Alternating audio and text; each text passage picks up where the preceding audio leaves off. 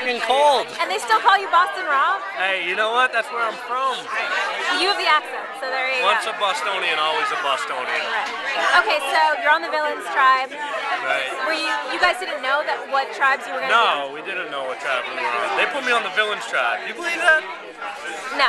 The audacity. Right. Look at I owned it, you know. I am what I am, and I play the game hard. If they want to label me as a villain, so be it. So it doesn't bother you?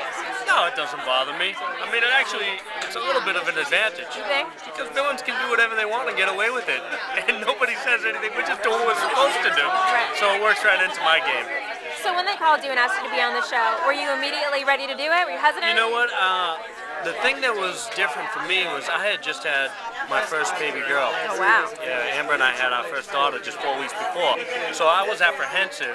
God bless my wife. She was the one that pushed me and said, look around. Everything we have is because of this show. You have to do it. So everybody has Amber to thank. There you go.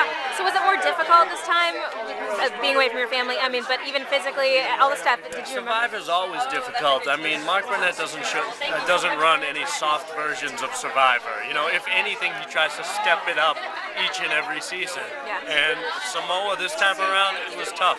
It was tougher than Panama, and it was tougher than Marquesas.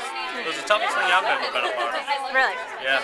And were you aware of everyone's reputations before you went into the I mean, Amber and I are huge fans of the show, and we watch all the time too. So of course we've seen what people have done in the past, and we're aware of it. The only wild card was Russell. I mean, nobody knew him or had seen him play at that point. So, but everybody else, for the most part, I'm pretty much at him pegged.